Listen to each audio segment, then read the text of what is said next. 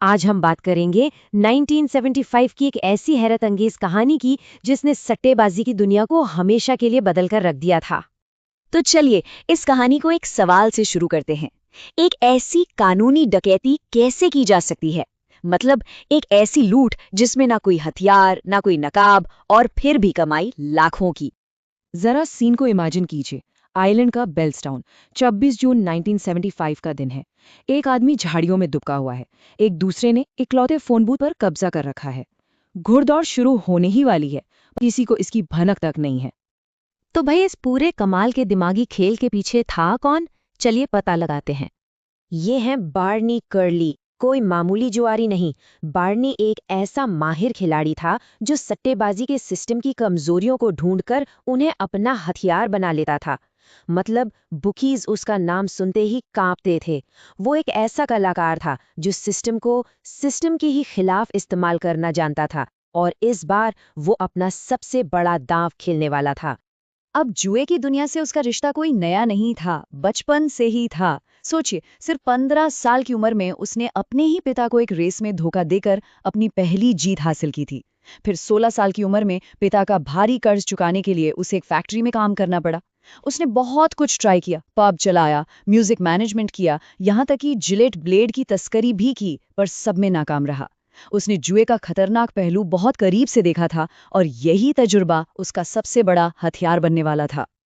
और देखिए, 1975 आते आते बार्नी खुद 12,000 पाउंड के भारी भरकम कर्ज में डूब चुका था।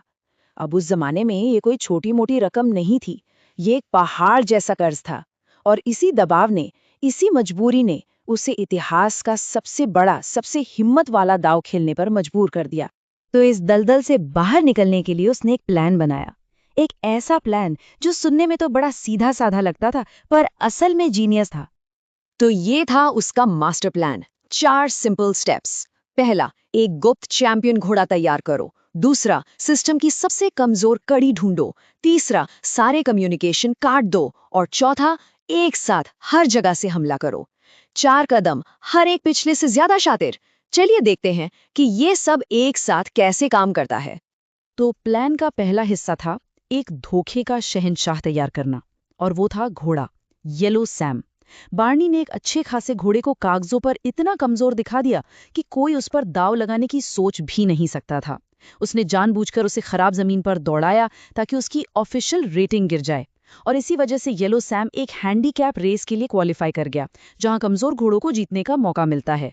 पर असलियत में ये घोड़ा मजबूत जमीन का बादशाह था। दूसरा कदम, सही मैदान चुनना। और यहीं पर बार्नी की जीनियस चमकती है।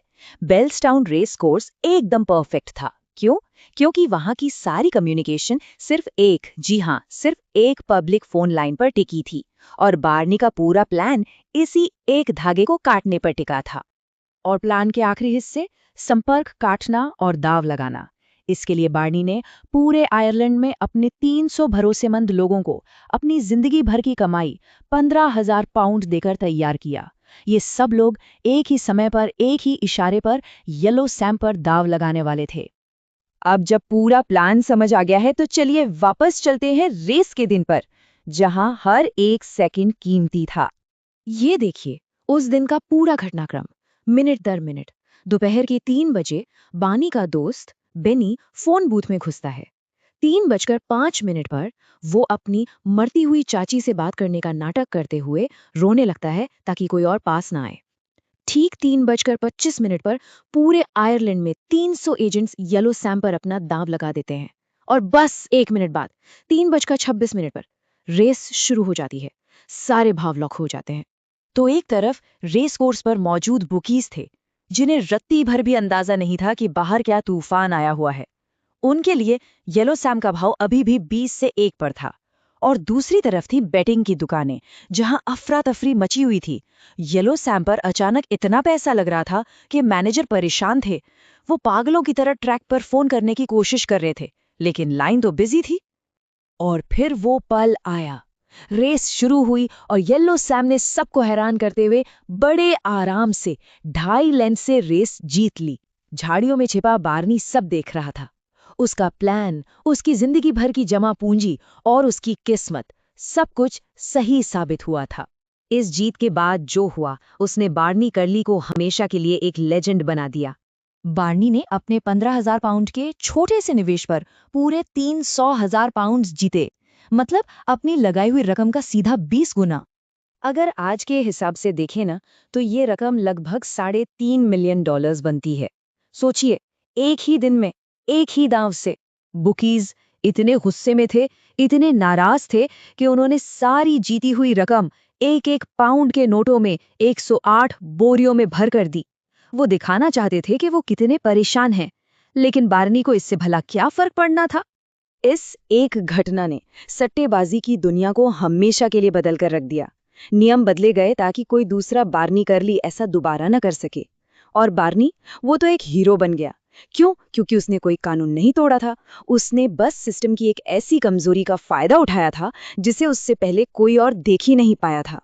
इसी वजह से बार्नी कर्ली को रेसिंग का रॉबिन हुड भी कहा जाने लगा, क्योंकि वो एक ऐसा शख्स था जो एक तरफ तो सिस्टम को मात देना जानता था और दूसरी तरफ वही पैसा गरीबों और जरूरतमंदों पर खर्च करने का हौसला भी रखता था। बार्नी कर्ली की कहानी हमें इसी एक सवाल पर सोचने के लिए मजबूर करती है कि किसी नियम की कमी का फायदा उठाने और नियम तोड़ने के बीच आखिर लकीर कहाँ है? क्या वो एक जीनियस था जिसने सिस्टम को मात दी, या फिर एक धोखेबाज? इसका जवाब शायद इस बात पर निर्भर करता है कि